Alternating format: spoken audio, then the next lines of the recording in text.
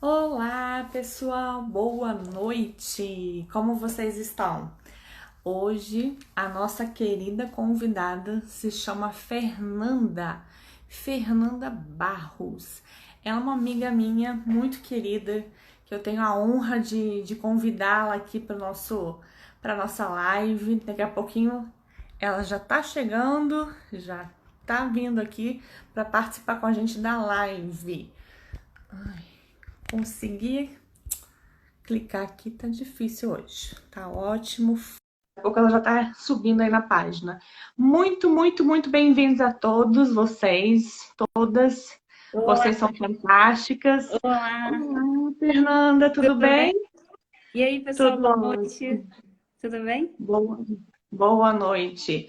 Bom, Fernanda é uma amiga minha muito querida, de alguns aninhos, autora desse livro aqui, que eu faço questão de sempre falar. Olha a propaganda É, dele. você merece. E ela é professora na UFRJ, doutora, uma pessoa realmente incrível, que tem um conhecimento gigante nessa temática. E eu gostaria de dar oportunidade já para ela falando sem mais demoras, porque ela tem muita coisa para falar para a gente. E vocês forem tendo as dúvidas, vão perguntando aqui que eu vou anotando, e aí depois eu vou perguntando para Fernanda. Bem-vinda, Edmar, um beijo. Pode ir falando, amiga. Fica à vontade que a casa aí hoje é sua. Tá ótimo. E por favor, me interrompa quando chegar no tempo, porque tem vezes que eu começo a ultrapassar, né? O cacuete de professor. Bom, falar sobre violência doméstica é um tema bastante sensível e delicado, e falar também sobre a violência doméstica associada à mulher negra é uma importante consideração a ser feita, né, dentro da ideia de direitos humanos e proteção a todos os indivíduos, né? Então, a mulher negra ela apresenta algumas peculiaridades. E aí eu vou falar um pouquinho dos números, né? Por que é importante falar dos números, né? O próprio IBGE, né, o órgão do governo de estatística que acompanha os índices do Brasil, sobretudo em relação à violência, ele já começa mostrando que 950 mil mulheres que são mortas por conta da violência doméstica são brancas. E aí, comparando com as mulheres negras, o número sobe para 1,5 milhão de mulheres negras que são mortas nesse mesmo dilema. 22 mil mulheres indígenas são mortas ou orientais. Então, perceba que o número quanto à letalidade e à violência entre as mulheres, ela tem um arcabouço diferenciado dependendo da raça ou da cor. Então, hoje vou falar especificamente das mulheres negras, mas é necessário também que a gente atente para as mulheres indígenas que estão fora do contexto urbano, que não possuem voz tal qual nós que estamos inseridas nos centros urbanos, né, onde a visibilidade da mídia e dos números são maiores, né, a gente consegue falar um pouco mais. Bom, e o perfil dessas mulheres negras? Começando que essas mulheres negras são jovens, entre 18 e 30 anos, as vítimas, são pobres, possuem a cor parda ou negra, dentro da ideia de autodeclaração, não é o IBGE que fala a cor dessas mulheres, são essas mulheres que determinam, que falam a sua cor. E elas são assassinadas por seus familiares, também por seus parceiros ou ex-parceiros. Mas perceba bem que a questão da violência doméstica associada à mulher negra no Brasil, ela tem um arcabouço também histórico-cultural. A Patrícia Field Collins, que é uma feminista negra, né, dos Estados Unidos, ela vai falar dos estereótipos que estão relacionados à mulher negra, ou seja, mulheres que passaram por não só pelo processo da escravidão, mas mulheres que têm um estereótipo envolto aí na cultura. Então, dentro do cenário brasileiro, a gente pode falar da mãe preta, ou seja, a matriarca, é um dos estereótipos, a matriarca, a mulher subserviente, ou seja, aquela que cuida do lar, cuida dos filhos, cuida dos idosos, né? A grande mãe, né? E essa mulher negra também sexualizada, aquela que provoca a atenção masculina. No Brasil, o fenômeno é muito factível quando a gente pensa no carnaval, né? A mulher negra, ela tem todo um estatuto de protuberância ou de maior visibilidade dentro do carnaval, né? É o momento que a mulher negra assume um certo protagonismo. Mas perceba bem que esse corpo negro, né? Ele é um corpo sexualizado, é um corpo que não possui domínio próprio, né? É um corpo que é passível de sexo, que é passível de qualquer tipo de letalidade por parte dos homens, etc., né? E até do turismo sexual, que é muito vendido fora do país, né? E também tem uma outra personagem, outra caracterização da mulher negra, que é a mulher dependente da assistência social. Então, quando a gente pensa em Bolsa Família, a gente pensa na mulher negra. E, infelizmente, os dados vão falar que a grande maioria das mulheres que precisam do benefício de transferência de renda são as mulheres negras. Mas por que isso acontece? Porque essas mulheres negras possuem os menores rendimentos. E, comparado aos homens negros, essas mulheres negras, elas possuem uma escolaridade ainda maior que os homens negros. Mas perceba que na relação de gênero, o gênero feminino, a mulher ela recebe proventos menores do que os homens. Então a mulher negra ela entra nessa relação de gênero e recebendo menos que o homem negro, ainda que ela possua uma escolaridade maior que o homem negro. A segunda perspectiva, por isso elas são dependentes dos programas de transferência de renda. Um quadro muito semelhante ao cenário norte-americano. Aqui no Brasil também existe a leitura da mulher negra enquanto uma mulher raivosa, a mulher produtora de violência, né? Aquela que não contém as suas paixões, os seus sentimentos, né? As suas emoções. Aquela mulher que é considerada desbocada, além do sexo, mas não só isso, mas é a mulher desbocada, a mulher adepta à violência, né? Gratuita. E aí esse quadro é nocivo porque não se percebe essa mulher enquanto receptora da violência. E aí vai de contramão os mitos, né, que foram construídos relativos à mulher branca, à imagem da mulher branca. Por isso eu estou traçando esse panorama, essa dicotomia.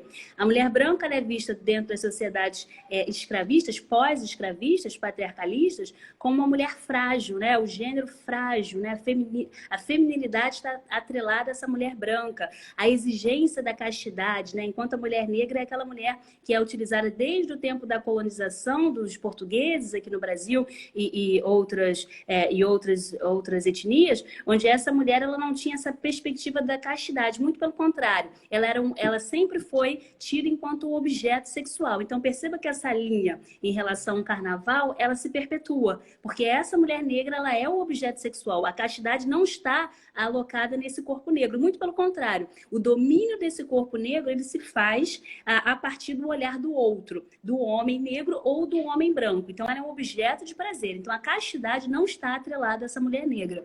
E na divisão do social do trabalho, esse homem é considerado o provedor e a mulher é a cuidadora, dentro do ideário da branquitude, né? Dentro do ideário da família, a boa família brasileira. Então, esse homem é o provedor e essa mulher é a cuidadora.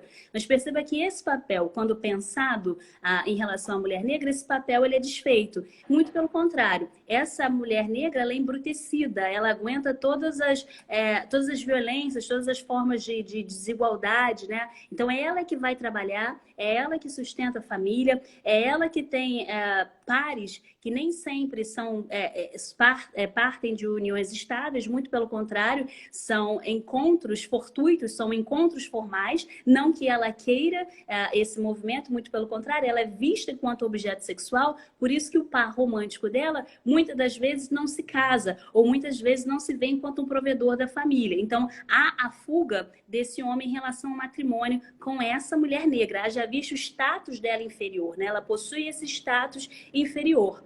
E aí, como eu disse para você no início, a primeira questão que a gente pode pensar na violência em relação à mulher negra é a hipersexualização dos corpos, né? Esse fetichismo da mulher negra, essa notoriedade no carnaval e no turismo sexual. E aí, dentro desses atributos, não é só a imagética, né? O comportamento dela também, ela é completamente vigiada no seu comportamento, mas se tem uma pré-noção, um preconceito, que ela é lasciva, que ela é promíscua, que ela é quente na cama, a animalização da mulher negra também, ela é inferior intelectualmente, ela é incapaz de pensar, ela é apta ao trabalho braçal. Então, esse ideário, ele é transmitido na mídia, né? Nas novelas, nos filmes, na música, né? Existe todo um aparato ideológico simbólico que vai convergir para essas relações sociais fora do âmbito midiático, ou seja, do lado de fora, no âmbito público e privado, que essas negociações vão conseguir tangenciar e estereotipar essa imagem ou essa mulher negra. Então, por isso que essa ideia de subjugação e morte do corpo negro, ele começa a perpassar os sujeitos. A gente começa a naturalizar essas violências e hierarquizar o gênero feminino, né? falando aí especificamente da mulher negra. E aí, outra forma de violência, outra forma de desigualdade está quanto à dupla jornada de trabalho. Essa mulher negra, ela não tem essa... As feministas falavam, olha, na década de 60, sobretudo Simone de Beauvoir, né, na França, falavam, olha, nós precisamos sair e trabalhar, nós não devemos ficar só cuidando dos nossos lares, somos mulheres independentes, que temos outras agendas e não queremos ficar mais em casa. A mulher negra, ela nunca teve essa escolha, né? As nossas feministas negras norte-americanas e até brasileiras também, como Lélia Gonzalez, dentre outros, vão falar, olha, a mulher negra ela nunca teve essa opção de poder ficar em casa e cuidar do seu lar, dos seus filhos e do seu marido. Primeiro, eram mulheres que, após a escravidão, logo com o início da República, eram mulheres que sustentavam as suas casas, porque encontraram uma entrada mais facilitada no mercado de trabalho via serviço doméstico. Então, elas não tinham essa possibilidade de ficar em casa e cuidar dos seus filhos. Então, os seus filhos eles são criados à sua própria sorte, né? E sabemos que os rendimentos de uma empregada doméstica, que foi o facilitador da entrada da mão de obra negra do lado feminino no mercado de trabalho, sabemos que os proventos são inferiores. Então, essa ideia de creche, escolarização dos seus filhos, já é um tema drástico para a mulher negra, né? Essa ideia, olha, eu quero ficar com o meu filho e acompanhar o crescimento. Nunca existiu para a mulher negra, ao contrário das mulheres brancas. Então, perceba que as pautas do feminismo negro e o feminismo tido como branco são diferentes, são pautas desiguais, né? E a própria ocupação dessas mulheres. Enquanto a mulher branca tem a possibilidade de mobilidade social, essa mulher negra não tem. O segundo fenômeno que ocorre, a despeito do grau de escolaridade dela, é o racismo institucional. Então, é esse racismo institucional que vai fazer com que as instituições, aí elas não são entes abstratos, as instituições são formadas por pessoas, e essas pessoas manipulam ou gerem a máquina pública de forma patrimonial e, ao mesmo tempo, com pré-noções, pré-concepções a respeito dessa mulher negra. Então, esse arcabouço, né, esse corolário, vai fazer com que essa mulher negra tenha uma inserção inferior nos quadros do mercado de trabalho, que elas sejam também chefes de família, solteiras, não por opção. Eu vou mostrar dados mais adiante porque essas mulheres negras não são mulheres mães solteiras por opção, mas a sua grande maioria por abandono dos seus cônjuges, né? E às vezes até pela morte dos seus pares raciais, os mesmos pares raciais. Então, perceba que a dupla jornada de trabalho também é uma questão para essa mulher negra. E outro fenômeno, em momentos de crise, sobretudo no Brasil, que é um país subdesenvolvido, em momentos de crise, o desemprego ele é maior em relação à mulher. Então, o gênero feminino é que vai sofrer os maiores índices de desemprego. E a mulher negra, por tabela, ela vai ter os números maiores, segundo os dados de IBGE, em relação ao desemprego. Então, percebam que são uma série de violências que vão acometendo essa mulher negra em relação à mulher branca. E aí dentro de uma ideia de um quadro comparativo. Deixa eu ver mais aqui. Essas mulheres negras que vão ser sujeitas maiores da violência doméstica são mulheres urbanas, são mulheres rurais, lésbicas, transexuais, jovens, idosas, deficientes, com muita ou pouca escolaridade e, em sua maioria, com pouca renda. A última pesquisa do IBGE de 2009, são 11 anos atrás, percebeu que 51,1% das famílias brasileiras eram chefiadas por mulheres negras e recebiam 51,1% do rendimento inferior às mulheres brancas. Então, de cada 100 mulheres no Brasil, essas 100 mulheres, 11 delas estavam desempregadas e entre elas, 7 delas eram mulheres brancas.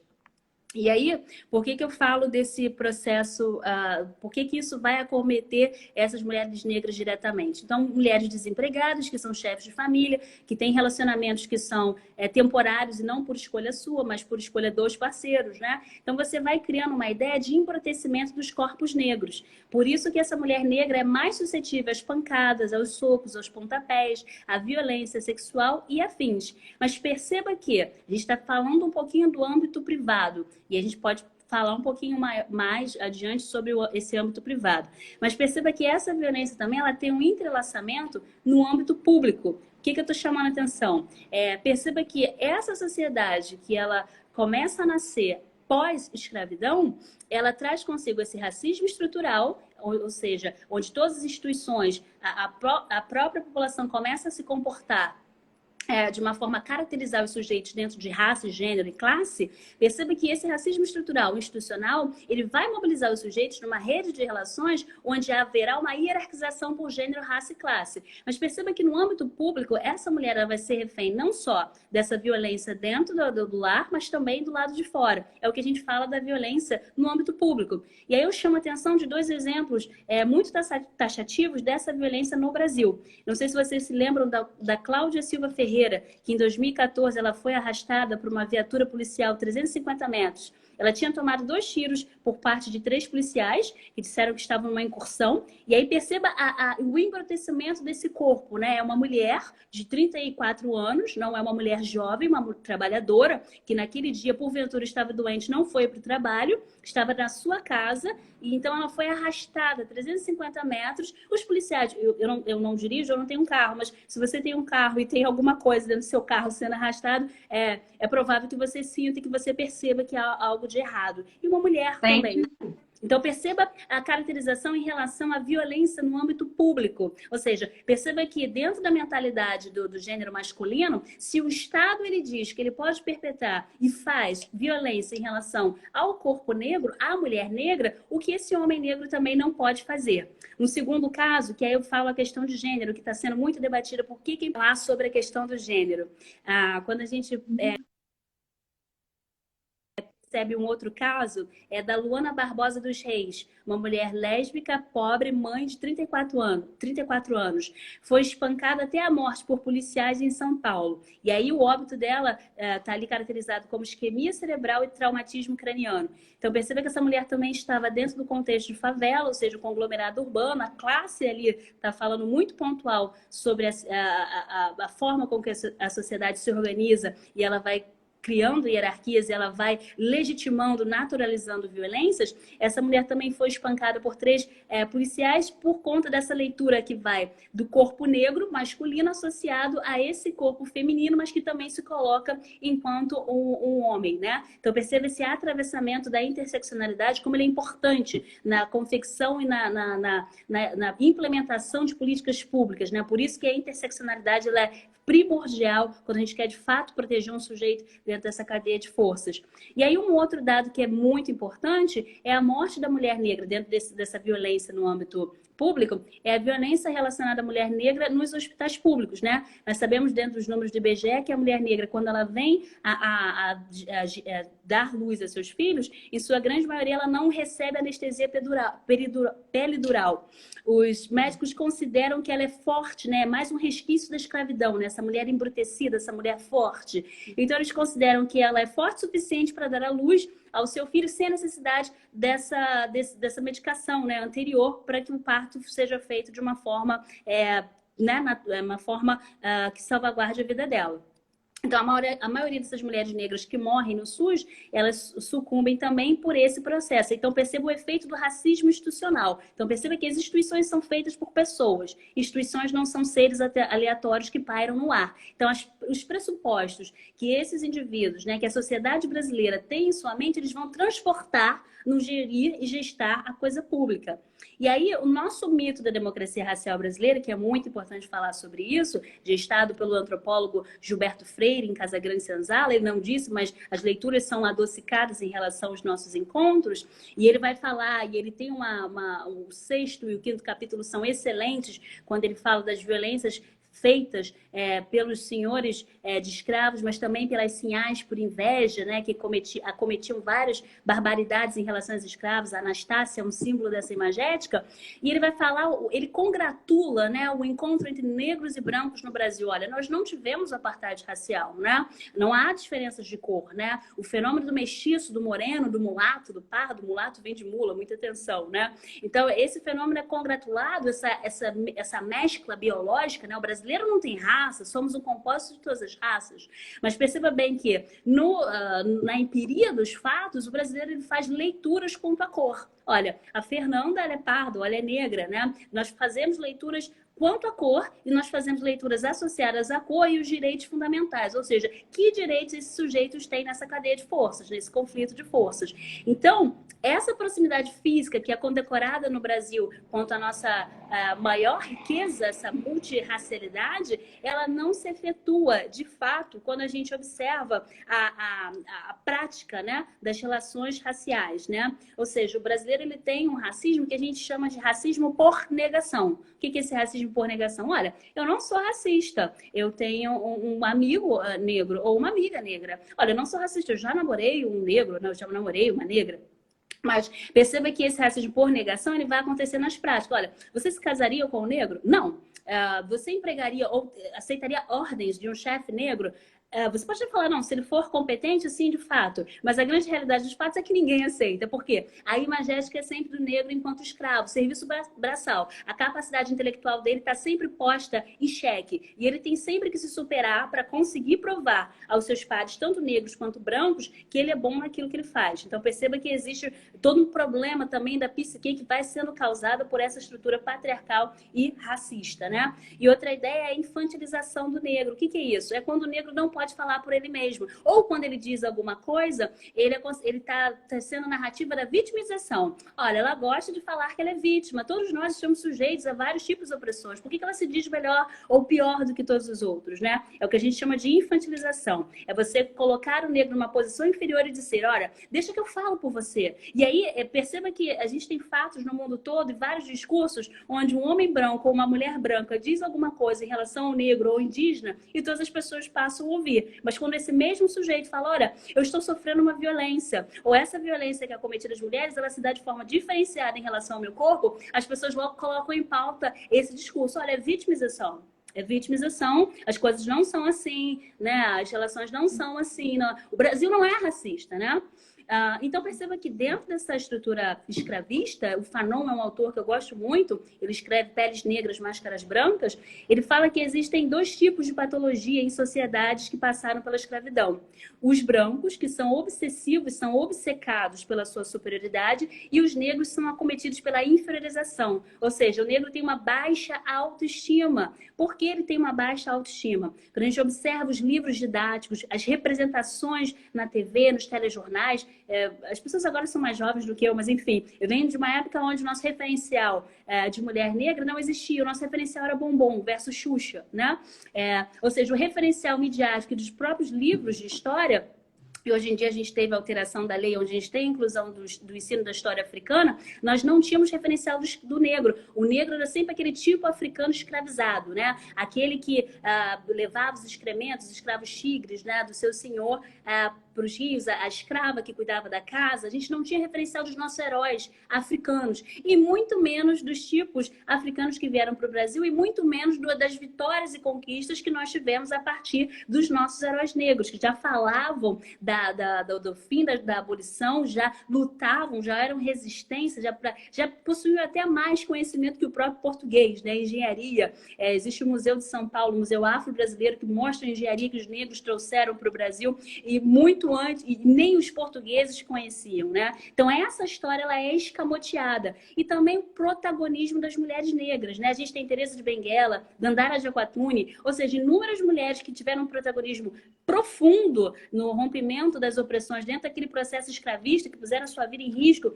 para modificar o status quo da sociedade. E essa história toda ela é escamoteada dos nossos livros, das universidades, dos cursos, né? Então perceba que o conhecimento, havendo esse apagamento da história e o conhecimento sendo orquestrado em prol dos vencedores e não sendo narrado a partir do ponto de vista daqueles que propuseram e fizeram mudanças ou propuseram mudanças na história, vão fazer com que essas violências, essas opressões e essas interseccionalidades sejam escamoteadas, essas diferenças. Por que a gente está falando de violência relacionada à mulher negra e não está falando da violência relacionada a todas as mulheres? Porque existem violências que elas são mais pontuais, mais densas em relação a um corpo diferente do outro. Então perceba que o patriarcalismo Ou seja, essa ideia do machismo, do homem que manda e comanda a mulher, ele que detém o poder, o controle da vida, né? Você pode ou não pode sair, com que roupa você sai ou não,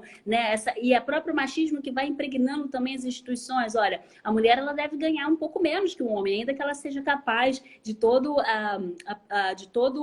o gerir da coisa pública, ainda que ela traga outras pautas que o homem não consegue ver, que são invisíveis a ele, porque ele já está dentro de uma hierarquia de força onde ele está no topo, né, da pirâmide. Então pense você que a própria ideia de Estado, John Scott vai falar muito sobre isso, a própria ideia de Estado é uma figura masculina, né? O Estado ele é um homem. Quando eu falo para você Estado, você pensa automaticamente, na sua subjetividade, numa figura masculina. Dificilmente você vai pensar numa mulher negra dentro de uma instituição que delimite o poder, onde tem o comando, né, da nação. Né? Se você pensar numa mulher branca, já é um progresso, mas uma mulher negra, muito dificilmente, por conta de todos os estereótipos associados a ela. Né?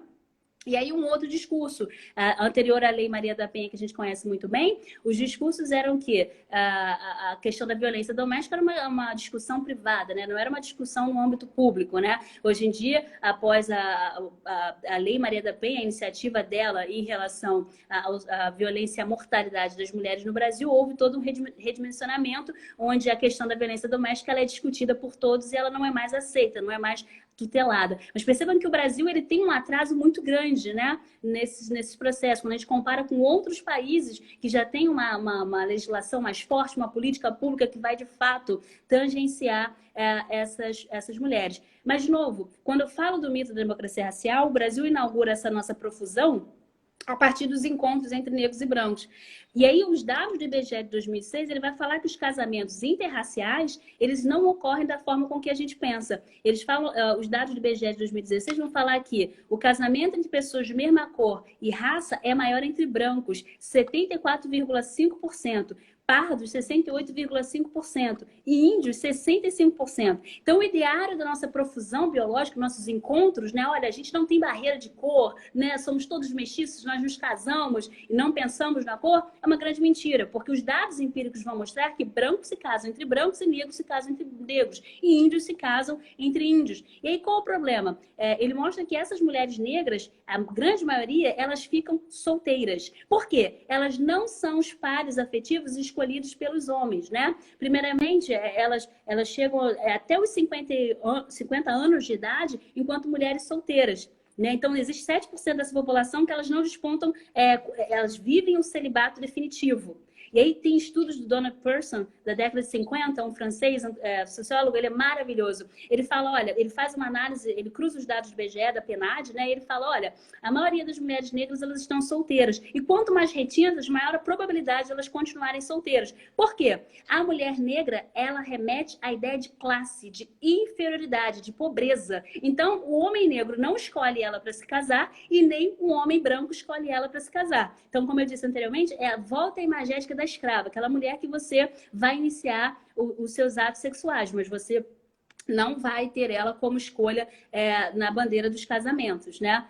Então, todo esse ideário vai conformar essa ideia da solidão da mulher negra também. Mas vejamos o que acontece com essa mulher negra que vive esses relacionamentos, né? Alguns relacionamentos temporários com esses homens, né? E aí entra a carga, como eu disse anteriormente, a carga do patriarcalismo, né? Essa ideia da mulher que é incapaz de um simples questionamento, né? Ou esse mito também que esse homem, ele consegue dar conta de toda a família, mas essa mulher ela tem que ser submissa a esse homem. Então, ainda que essa mulher negra ela tenha que trabalhar e gerenciar todo o contexto familiar, os proventos dela invariavelmente vão para esse homem. Ele vai cobrar dela, né, que ela faça, que ela compartilhe os bens arrecadados com ele. E aí entra a figura do gênero e a sociedade, como o homem é machista, ele é ciumento, né, na sociedade brasileira, ele não aceita que a mulher ganhe mais, né? Já é um motivo para uma briga, para uma questão. Então aí você vê vários tipos de violência,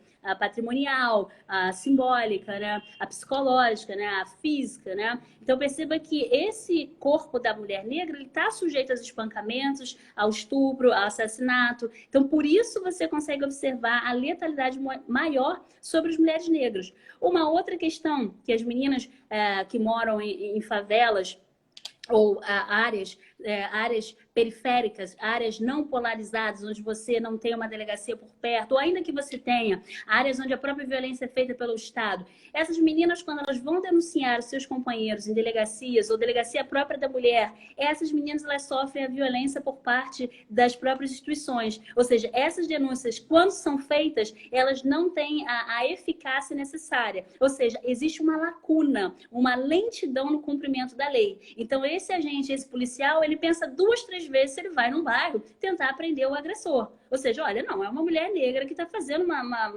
uma petição, né? Uma denúncia, não é? E aí, diferente de uma mulher branca de classe média, ou uma mulher branca que esteja num território menos pauperizado, então ele vai ter como dever ou a ideia de direito associado a essa mulher branca, que é diferente dessa mulher negra. A queixa dela não tem validade. Então, perceba que as próprias delegacias também vão falar, olha, mas a gente precisa de algo mais factual, mais empírico. Ele te agrediu? Não, mas olha só, aí a vítima está dizendo, não, ele disse que vai me matar. Mas, olha, a gente precisa de uma prova maior. Existe alguma mensagem? Você teve algum... Ah, ele te lesionou? Não. Então, a gente ainda não pode dar continuidade ao processo. Então, são essas brechas na lei que vão colocar a política pública em xeque e vão mostrar o porquê que essa mulher negra tá morrendo em maior número em relação a essa mulher branca. Então, há a lentidão da lei, né? Então, é essa lentidão que vai tornar a lei do feminicídio, né, de 2015, um problema no que tange à proteção das mulheres negras. Então, existe uma outra leitura também que é interessante fazer, a relação por estado.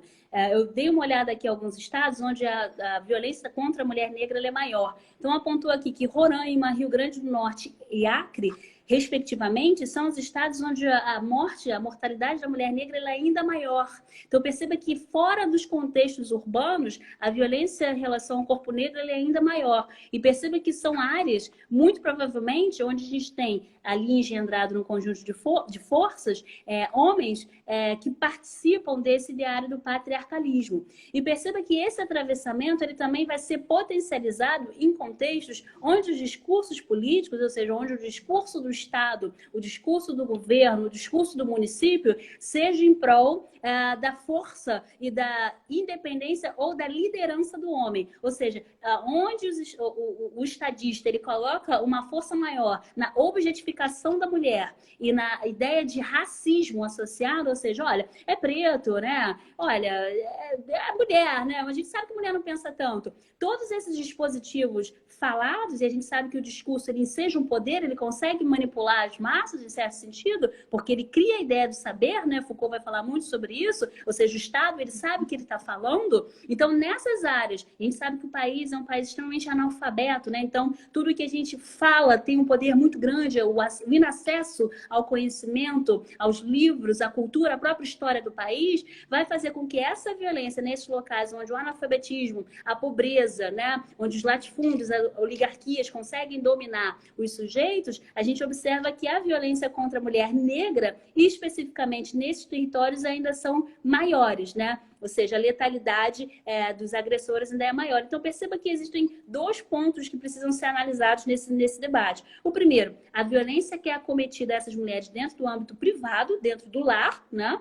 Ou seja, companheiros, ex-companheiros, os próprios familiares também, parentes, vizinhos, né? Ou seja, as mulheres negras, elas saem para trabalhar em todo o tempo, então sofrem assédio no ônibus, em todos os locais. Daí, nas relações de trabalho também. Perceba que a imagética da ex-escrava, ela continua presente, né? Então, essa negra, ela tem o corpo sexualizado, né? Então, essa violência, ela vai sendo feita em todos os tempos, em todos os momentos, na psique, né? E outra questão são os casos da subnotificação, né? Ainda que as mulheres negras estejam se escolarizando com todas as peripécias que se recaem sobre elas, os casos de subnotificação dos homicídios relativos às mulheres. E essas mulheres, elas desconhecem muitas vezes o próprio acesso à lei, como fazer. Ou já tem dentro da perspectiva do que outras, ou seja, essa comunicação que é feita entre elas, sobretudo as mulheres mais pobres, ou seja, olha, você vai na delegacia, isso não vai surgir efeito. Você vai lá, mas o policial, você vai ficar lá o dia todo. A gente nem sabe se ele de fato vai levar a cabo a sua denúncia. E ainda que leve essa morosidade, o seu marido, ou seu parceiro, seu ex-namorado ou namorado, ele pode vir e acabar com você. Então você tem certeza que você vai? Porque a gente sabe que a lei não funciona pra gente.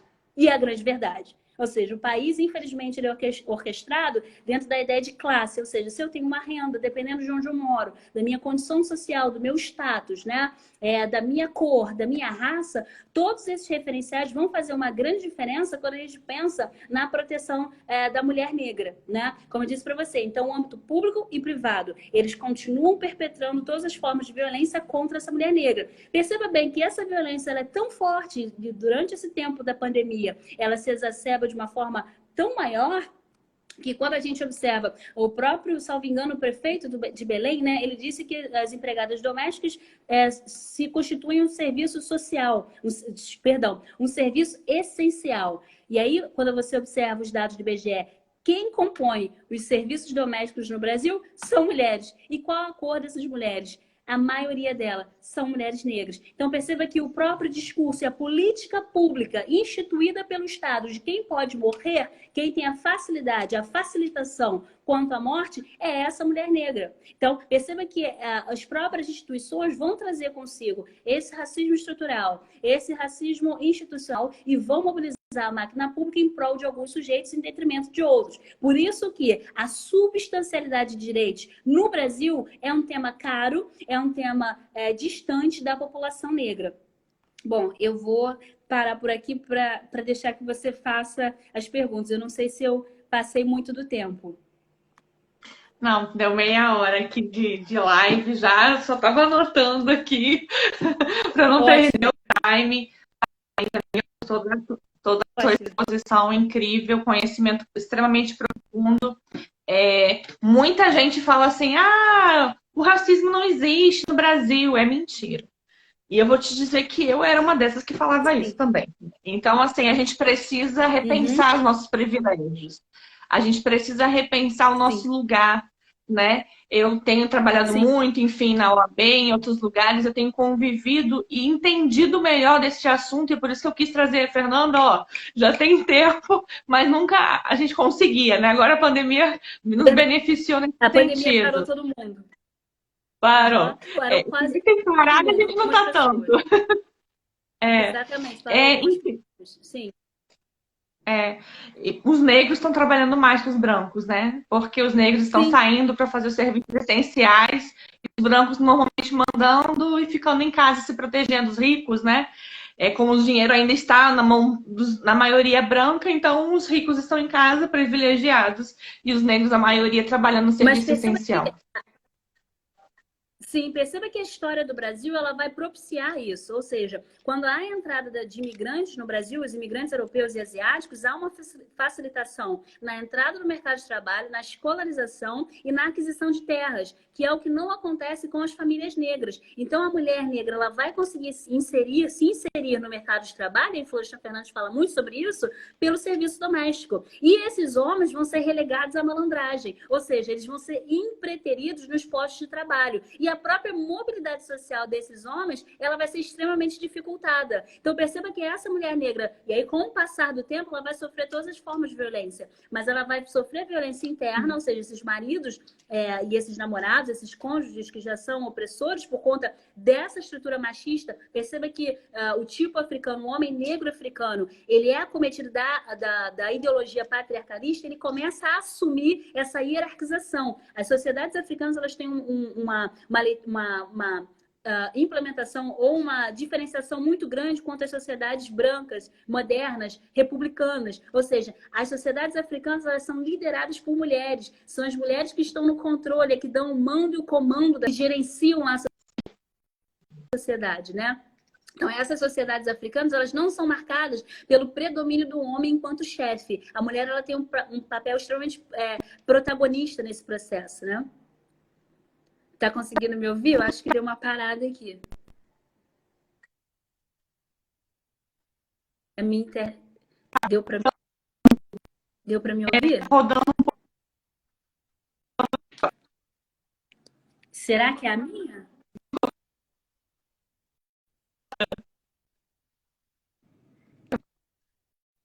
Eu tô te ouvindo falhando.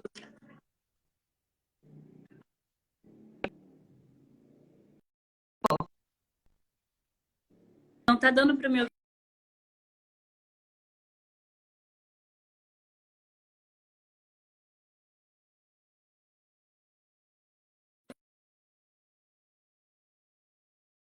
Ah, tá. Voltou, Acho voltou. que voltou, né? Tô aqui, voltei. Aqui. Isso. Então, como eu estava falando, vou só finalizar, a própria legislação do Império impedia que a população negra tivesse acesso ao ensino primário, secundário e ao ensino superior. Nós tivemos algumas exceções, como Machado de Assis, Joaquim Nabuco, José do Patrocínio, André Rebouças, entre outros. Mas foram exceções que conseguiram uma certa mobilidade, mas uma mobilidade com muito esforço. E todos eles lutaram em prol do fim da abolição, né? Então perceba que essa ideia, essa entrada subalterna do braço negro na sociedade e essa ausência de direitos vai fazer com que se estruturem opressões, hierarquizações e privilégios. Então, por isso que a gente consegue observar que a população negra está sempre estanque em territórios de favelas, nos serviços mais precarizados, ou seja, e aí existe um acúmulo desse capital cultural e econômico. O que eu estou chamando disso? O que eu estou querendo dizer com isso? Olha, as famílias de classe média que possuem ensino superior, a maior parte delas vão se reproduzir e seus filhos vão ter o ensino superior e acima. E essas famílias negras, elas vão acumular esse déficit. Ou seja, se meu pai teve o ensino primário, possivelmente eu vou ter o ensino primário ou secundário. Dificilmente esse indivíduo vai conseguir romper toda essa cadeia de forças e alcançar o ensino superior. Por isso que se falam em ações afirmativas na educação superior, no mercado de trabalho, para que nós tenhamos níveis de fato de equidade. Haja vista a desigualdade racial e social que existe no país. Com toda certeza. Eu queria ressaltar aqui falar de que em nenhum momento a gente está falando aqui que a violência acontece apenas com a mulher negra, não é isso. Nós estamos falando da interseccionalidade no sentido de que ela já vive, por exemplo, uma violência doméstica e ela ainda vive o racismo. Sim. Então ela sofre não apenas uma vez, ela sofre duas vezes. E ela não sofre duas vezes apenas às vezes pelo próprio cônjuge, né? Porque não é porque casou com uma mulher negra que ele não é racista, porque o racismo está incutido na nossa cabeça assim como o machismo. E a gente precisa se permitir desconstruir daquilo que a gente aprendeu. Então é importante que a gente repense os nossos privilégios, né? Eu estava falando aqui que numa palestra lá da OAB, eu ajudei a organizar, enfim, era o meu GT junto com o GT que eu estou coordenando, né? Não é meu, é da OAB, mas e das mulheres negras. E aí eu falei assim, olha, eu não vou ficar aqui falando porque não é meu lugar de fala. A única coisa que eu realmente posso falar aqui nesse evento é que, como nessa live, a única coisa que eu posso falar no meu lugar de fala, claro, eu fui vítima de violência doméstica, mas eu não sofri racismo na pele. Olha o tom da minha pele. Nunca vou sofrer um racismo. Eu não sei o que é viver isso diariamente. E aí eu pedi perdão porque nós, brancos, às vezes negamos muitas vezes que isso realmente existe. A minha cunhada, ela é morena, não chega nem... enfim, ela tá um pouco mais... Uma tonalidade mais escura que a minha. Negra ou parda? Ela é parda. Mas não sei nem, enfim, eu não sei te dizer, mas eu sei te dizer que assim, você olha para ela, ela não tem característica do nariz, do cabelo, ela não tem nenhuma característica nesse sentido. Mas ela estando aqui no Rio de Janeiro, ela foi chamada de macaco. E aí eu te pergunto, isso não é racismo? Isso não está errado?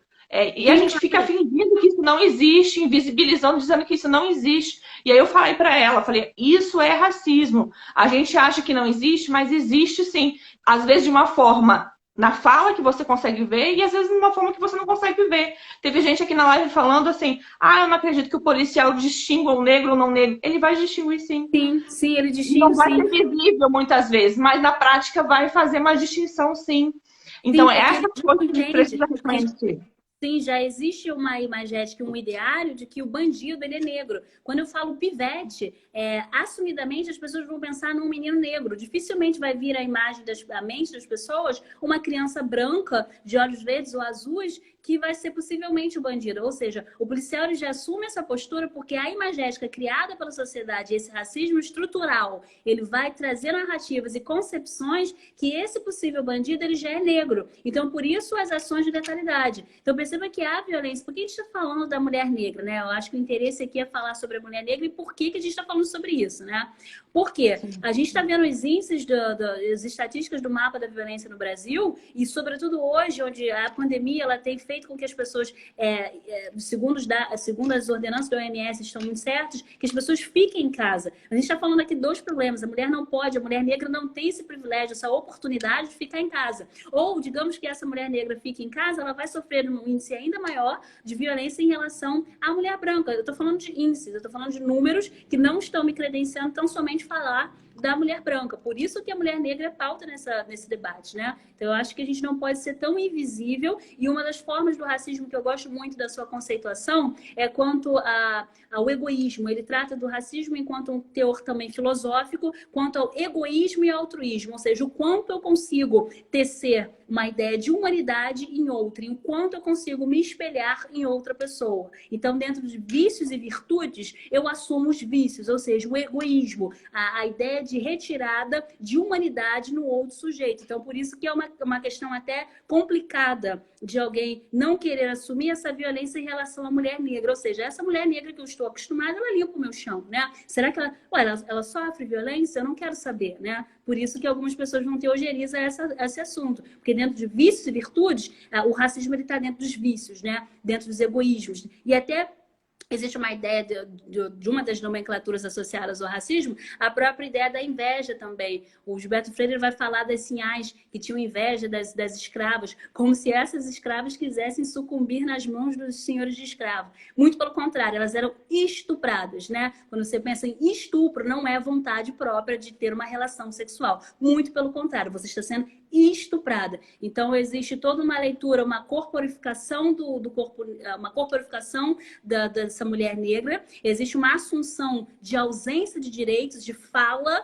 e de direitos que também devem ser tutelados a essa mulher negra. Então, perceba que é da microfísica à macrofísica, ou seja, quando as mulheres começam a agir de forma individual e traçar algumas barreiras no que tange a diferenciação entre cor, raça e gênero, perceba que essa luta ela começa a entrar num descompasso. Ela começa a ser uma luta particular que não consegue tangenciar todos os sujeitos. Por quê? Se uma mulher está sofrendo violência, todas as outras mulheres ou todas nós estamos em risco de sofrer uma violência iminente. Por isso que o conjunto de forças, o conjunto de mulheres que têm um conhecimento, que tragam um debate e comecem a pensar de uma forma não mais subjetiva, ou seja, do meu privilégio, o meu acesso à justiça, o meu acesso à educação, o meu local de moradia, e passe a pensar outros sujeitos, a gente consegue sim emancipar e trazer toda uma nova leitura da própria política pública. Ora, a política pública ela precisa ser aperfeiçoada. Se ela não está conseguindo agasalhar todos os sujeitos, ela, enquanto medida de proteção, na forma mais prática, na forma mais pragmática, ela precisa ser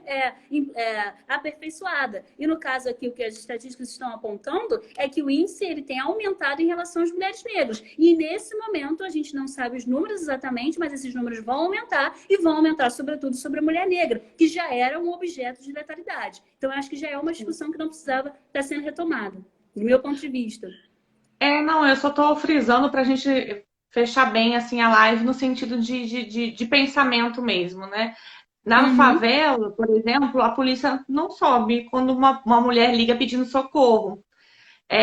Mas na Zona Sul a polícia vai chegar, ainda que de repente não chegue no horário que a gente gostaria, mas ela vai chegar. Então, quem é a maioria que mora na comunidade, né, na favela? Quem é essas pessoas? A maioria são pessoas negras. A maioria é negra, então, a maioria é negra. Então, essa revitimização do sistema, ela é real, ela existe, ela é palpável, e não tem nem como se discutir. Eu, por exemplo, nunca fui parada para ser revistada. Vários negros sempre são revistados. Sim. Eu nunca fui seguida numa loja dizendo que, então você está roubando, né? Ou está desconfiando para ver se eu estou roubando. Ninguém nunca me seguiu. E isso acontece com mulheres negras que fazem isso. Que vão nas lojas e, enfim, para comprar e são seguidas para vigiar se vão roubar ou não. Então, há um estereótipo de um racismo velado no Brasil. Ou não, alguns escrachados, como eu disse antes. O racismo por negação. O racismo brasileiro é por negação. Ou seja, se eu nego que uma coisa existe, eu não preciso combater. Então, se eu digo para você, olha, o racismo é uma invenção dessas pessoas. Eu não preciso criar mecanismo para combater o racismo. Por exemplo, a aplicação da lei em relação ao racismo ela é muito pequena no Brasil, ela quase não acontece. A maior parte dos casos ela é deslocada para injúria racial, porque o crime pode ser prescrito, você paga uma fiança, então não é um problema, né? Não é uma questão. Agora, o crime de racismo não, ele é inafiançável, ele é imprescritível, ele diz respeito à coletividade, né? A maior parte dos casos de racismo no Brasil dizem respeito ao coletivo. A gente teve agora há pouco um congolês que foi morto agora em São Paulo, com 3 facadas, por um sujeito que estava na rua e ele estava trabalhando, né? Então, esse crime não tem outra concepção enquanto um crime de ódio, um crime de racismo, né? Só que a gente vai deslocar para injúria racial, mas isso é racismo, né? Ou seja, diz respeito a todo grupo, a imagética é relacionada a todo grupo. É importante que a gente repense, né? Você vê como ele é sistemático dentro da delegacia. O enquadramento do tipo penal coloca um crime menos gravoso que é prescritível com injúria racial, em vez de colocar o próprio crime de racismo. Né? Então as pessoas acabam se suavizando porque também não é na pele delas, né? Porque não é nelas que está doendo, porque não é elas que sempre são perseguidas. Enfim, então a gente precisa tomar cuidado, né? E a violência doméstica ela pode ser combinada com o racismo. Ela pode sofrer, e as palavras que são ditas a ela não é só injúria, calúnia e difamação, vai entrar no racismo. Então a gente tem que ficar atento também a essa junção dos crimes, né? Porque às vezes, me chamava de macaco. Então isso já é racismo. Isso não é apenas o crime de injúria, calúnia e difamação. Você já está adicionando um outro tipo penal àquilo também. Eu queria só que você explicasse, nosso tempo está quase acabando, tem 10 minutinhos.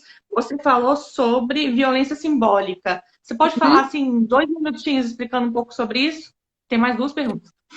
É aquela violência onde eu consigo, por exemplo, eu vou numa parede e eu picho um símbolo nazista, ou eu coloco aqui não é lugar de preto, ou eu faço alguma caracterização que vai remeter a uma leitura comum, ou seja, aquilo é um dado cultural que todos conhecem. Então, se eu fizer para você um desenho de uma suástica nazista, eu não preciso falar nada. Você já está entendendo que eu estou falando que eu odeio negros, judeus, homossexuais, né, homoafetivos e afins. Então, a violência simbólica é aquela que se dá quando eu não preciso falar alguma coisa, mas o potencial dela está dado pelos códigos linguísticos assumidos por aquela sociedade. Ou seja, todo o ideário que vai perpassar aquela sociedade. Então, se eu, de repente, faço um punho cerrado, você já vai entender, se você tem um mínimo de leitura, como todos têm, a grande maioria tem, que isso aqui é um símbolo dos Panteras Negras, né? Ou se eu trago a foice, as pessoas já vão fazer uma leitura que isso é o comunismo. Então, é um conjunto de códigos linguísticos, signos,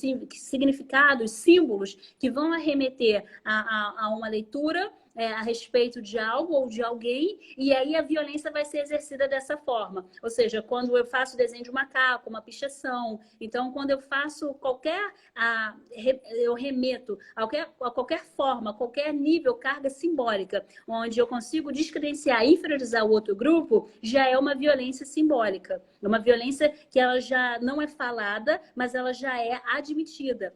Uma violência simbólica que a gente pode falar, de repente, ou pode pensar, é a própria premissa dessas mulheres negras que tentam atendimento nas delegacias ou na própria magistratura, né, ou diante dos tribunais, né, essa violência simbólica. Essa mulher negra não precisa dizer nada. A própria imagem dela, de uma mulher pobre, uma mulher que não tem um status, né, a gente não está falando de uma jurista, de uma advogada ou de uma profissional liberal, né, a gente está falando de uma mulher pobre que de repente não consegue falar corretamente dentro da escrita, né, da norma culta portuguesa, a origem, ou seja, essa violência simbólica, essa territorialização. Olha, de onde ela é? Olha, ela é do Meier, ela é de Irajá. Então, qual o seu endereço, né? E aí, fazendo, de repente, um inquérito. Toda essa leitura vai trazer uma carga pejorativa que a gente já vai chamar de uma violência simbólica. De onde eu falo, de que lugar eu estou falando, né? E as leituras que vão ser feitas dos códigos linguísticos a meu respeito. Então, nem sempre eu preciso abrir a boca. Então, eu pego a ficha de alguém, e aí, dentro de uma ideia de gestor público, aquele que vai implementar a lei, e eu leio, olha, Fernanda Barros mora na favela de Acari, tem 32 anos, tem 5 filhos, é negra. Ponto. Violência simbólica. Essa mulher, ela não tem direito à lei. Ela provavelmente é uma mulher promíscua, é uma mulher de lasciva, é uma mulher nada culta, é uma mulher que estava naquele local à mercê da violência ou estava dentro de casa. Muito provavelmente tem outros parceiros, por isso sofreu essa forma de violência. Então perceba que a leitura negativa e pejorativa em relação a esse corpo negro, ela já está dada a partir dessa violência simbólica. Ou seja, são signos que eu leio a respeito do outro sem que o outro abra a boca. E é muito triste você ser julgada pela sua aparência, né? Eu, por exemplo, eu não estou numa minha melhor forma física, né? Eu estou acima do peso, estou numa obesidade mórbida, decorrente, inclusive, por conta da própria violência doméstica que eu acabei vivenciando. E já é muito triste ser julgada porque ninguém sabe exatamente o que eu vivi para chegar nesse ponto, que eu nunca não nasci, né, obesa. E pior ainda, eu acho que é ser julgada pela cor da sua pele, o que é totalmente desarrazoável, ridículo. Eu nem sei dizer qual o adjetivo seria mais correto para isso, porque não sei, sem escrúpulo, não sei dizer. Que existe um prazer e uma sutileza na inferiorização do outro. Ou seja, eu consigo debulhar, eu consigo arrecadar ou eu consigo conceber alguns privilégios a meu respeito. Percebo que em algumas sociedades ou em momentos de crise econômica, todos ficam pobres. Todos estão pobres. Mas existe uma sutileza e um privilégio. Olha, eu estou pobre, mas ele também. Mas eu sou branco. Então, a minha facilidade de incorporação e logo as instituições vão trabalhar para que eu seja incorporado novamente no mercado, seja ele de alto escalão ou baixo escalão, vão ser mais facilitadas. Então, pessoas ainda que estejam na mesma classe social, se elas podem depurar algum tipo de privilégio, elas vão fazer. Ou seja, as relações humanas são relações hierarquizadas e hierarquizantes. Então, o próprio formato das sociedades na atualidade precisa ser repensado. E aí eu considero importante esse momento da pandemia que talvez algumas reflexões positivas vão surgir. Ou seja, a hierarquização também é uma estratégia de poder, é uma relação de força. Então, a cor da pele, a raça, a nacionalidade, todos esses adjetivos, todas essas identidades, essas subjetividades vão atuar no conjunto de forças que vão trazer privilégios para uns sujeitos em detrimento de outros. Por isso que as pessoas continuam sendo racistas, as pessoas continuam tendo preconceito racial. A grande diferença é que no Brasil a gente entende como um caso isolado e não enquanto a regra. E o grande problema é que é a regra do povo brasileiro. Eu sou doutora, eu não carrego um diploma na minha testa, não tenho uma tatuagem, não tenho um diploma anexado na minha testa. Invariavelmente eu sou perseguida nos mercados, no shopping. Se eu não estiver bem arrumada, as pessoas não consideram que eu tenho um grau de escolaridade. Quando eu digo, as pessoas nem acreditam que eu sou formada pela UF, que eu sou professora da FRJ. Então perceba que a cor é um elemento extremamente importante no nível simbólico das leituras. É extremamente ridículo tudo isso. Ter que dar carteirada para ser respeitado. Não acontece. Não existe. Ainda que você faça, não acontece. E é ridículo. Eu nem sei te dizer qual é a palavra certa. Tem 5 minutos só, e eu preciso falar duas coisas que falaram aqui. Sobre a questão da violência sobre a empregada doméstica.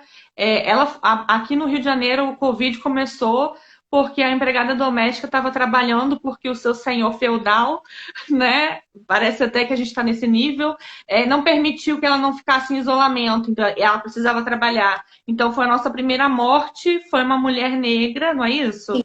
Sim. A gente sabe que existe uma classe média no Brasil que viaja, que vai para a Itália, que vai para os Estados Unidos, que viaja para a Europa e pelo mundo todo, né? Então essa pessoa já chegou infectada no Brasil e ela não ponderou as pessoas que ela poderia cometer. De novo, entra a ideia da Casa Grande da Senzala, né? Então ela pensou, olha, os meus familiares eu vou assegurar que talvez não sejam infectados. Não sei se ela ponderou, mas essa empregada foi infectada por esse patrão e aí traz essa ideia da Casa Grande da Senzala, o senhor escravo, ou seja, o senhor ele tem que ser protegido, a saúde existe para ele, a saúde privada, e essa empregada ela vai depender do SUS. A gente vê hoje a mortalidade do SUS e 67% da população negra é dependente do SUS. E aí a gente coloca ali aí se a gente fizer uma triagem, a gente vai observar que as mulheres negras são as mais dependentes. Então, essa empregada doméstica, ela representa esse Brasil esquecido, esse Brasil que está morrendo agora, que está ganhando R$ 600 por algum tempo e depois não vai ganhar mais. Então, a gente sabe que existe um Brasil que está sofrendo dentro das favelas também por incursões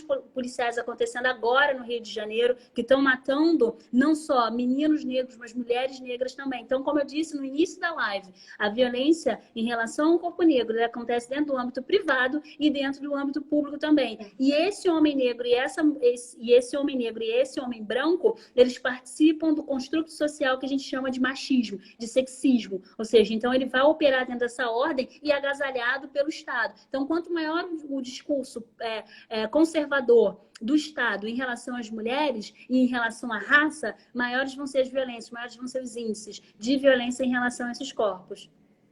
É porque a polícia chega já atirando, né? E depois fala que todo mundo era bandido, né? E quantos inocentes, né? Igual aquele. Foram quantos tiros aquele carro na Baixada aqui do Rio de Janeiro, que saiu atirando, tava com a família e era um homem negro. Lembra? Mas, salvo engano, quase 100 tiros, foram muitos. Eu lembro que era uma quantidade absurda. 30 segundos. Um beijo, amiga. Acabou. Nem deu pra continuar. Muito obrigada. Um prazer enorme, Marília. Conte sempre comigo. Eu espero que essa live tenha ajudado na reflexão, no pensamento, no ponderar em relação à morte da mulher negra, e não só da mulher negra, mas também do homem negro. Que nós sejamos mais